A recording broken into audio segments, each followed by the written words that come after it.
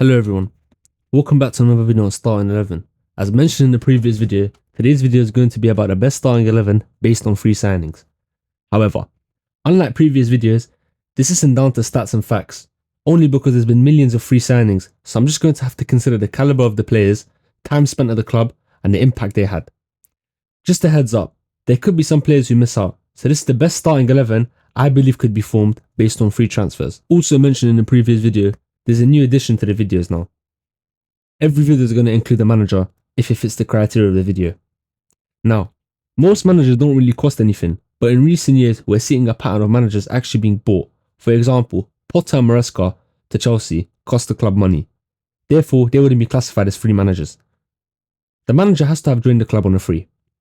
If there's any confusions, please don't hesitate to put them down in the comments below, and if you haven't already, hit that subscribe button as we're trying to reach 1,000 subscribers by the end of 2025, so please feel free to be a part of that goal. Now the formation in today's video is a 4-3-3 with 3 centre mids. The first position as usual is the goalkeeper, and his current PSG and Italian keeper Donnarumma. Donnarumma joined PSG in 2021 on a free after leaving AC Milan and is in his 4th season with the club. He's the main keeper for them, and has won the league title in all his seasons at the club so far. He also recently saved 2 Liverpool penalties from Darwin Núñez and Curtis Jones to help PSG knock out Liverpool at Anfield and advance to the quarter-finals of the Champions League. His contract is set to be up in 2026, but his agent revealed a couple months back they are in talks to renew the 26-year-old's contract, showing that PSG are happy with him. At right back is a former 2-time World Cup winner of Brazil. It's Cafu. Cafu is now retired, but he joined AC Milan on a free from Roma in 2003. He stayed at AC Milan for 5 years, won a league title, a Champions League, a Club World Cup, 2 UEFA Super Cups, and 1 Italian Super Cup with them. He's regarded by every AC Milan fan a club legend, and as a part of AC Milan's Hall of Fame. It's fair to say he had a successful time there.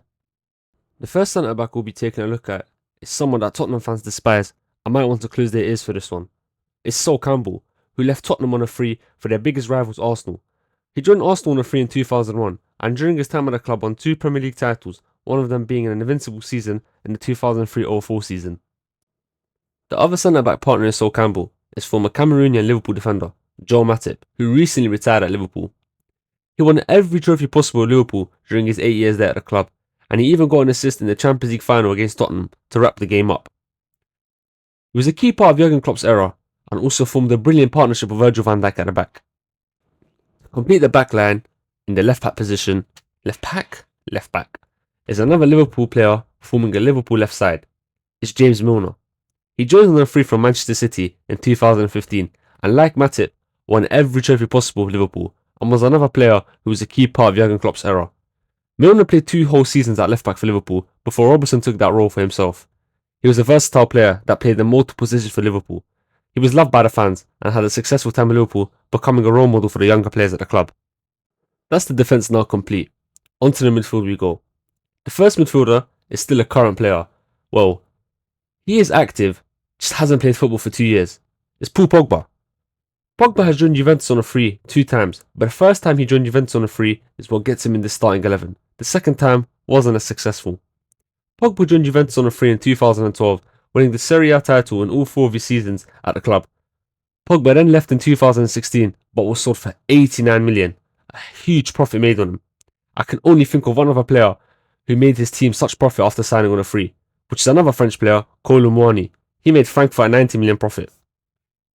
Another midfielder joining us in the starting 11 is another player who joined Juventus on a free, and that's Andrea Pirlo. Pirlo joined from AC Milan in 2011 and left in 2015, but won the league title like Pogba in all of his seasons at Juventus and was pivotal to their dominant era. The final midfielder to complete the midfield, unfortunately, isn't another Juventus player who joined them on a free, but it's an icon of the game, Michael Ballack. He joined Chelsea from Bayern Munich in 2006 and stayed there for 4 seasons, during his time at the club winning 3 FA Cups, 1 Carling Cup and 1 Premier League. He became a fan favourite during his time at Chelsea. Now, onto the attack. And the first attacking position we're going to take a look at is the left wing. And although since signing for this club, he's not really featured off the left specifically, this player tends to drift out there, and during his time at his former club, played off the left, and for his national team still plays on the left. So therefore, he fits the criteria. He's the only player in the starting 11 to have joined their club in the most recent summer transfer window, I know he hasn't won anything with them yet, and he hasn't been there long enough, but come on now. Mbappe. He would easily sell for 150 million plus on the market. He's also scored plenty of goals so far, scoring 22 goals in 29 league matches, so therefore he gets into the starting 11. Reminder, Mbappe joined from PSG on a free. Onto the striker position, and arguably the best free transfer of all time.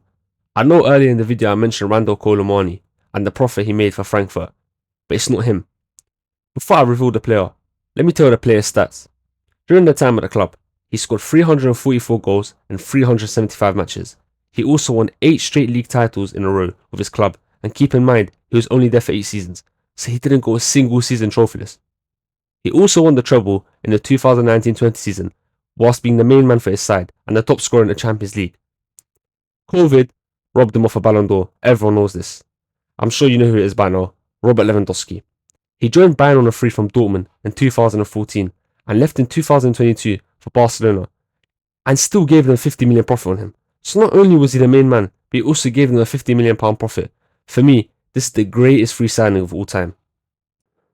The right wing position, to complete the attack and starting 11. In the right wing role is JJ Okocha. He joined Bolton on a free from PSG in 2002 and has become a Premier League icon and a streets won't forget player. He didn't win anything with Bolton, but became a fan favourite there and was adored. I know his position was mainly down the middle, and that's where he thrived best, but he has a couple games where he played right wing, so therefore he fits the criteria and gets into the starting 11. That's the starting 11 now complete. If you want to take a pause to view the team quickly before you pick our manager, please feel free to do so. I was stuck between Ferguson and Guardiola for the manager. I think if Guardiola can win 2-3 more league titles and maybe another Champions League by the next 5 years, he would have done it in a shorter amount of time than Ferguson and won similar trophies. But for the time being, I'm going with Alex Ferguson. He joined the club in 1986 from Aberdeen and took United from a struggling club into one of the best teams in the world. He won 38 trophies in 26 years at United, which includes 13 Premier Leagues, 2 Champions Leagues and 5 FA Cups. It's no surprise since he's departed from United, they've had a downfall. Now, it's that time of the video, the predictions. For me, this is one of the strongest starting 11s we've looked at, and with each player in their prime form automatically, I believe this team will reach the final, but unfortunately losing the final.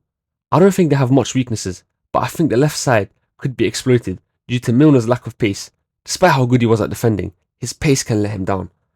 I also think Okocha isn't the best off the right. Despite playing there in his career, he's still better centrally, like I said earlier in the video.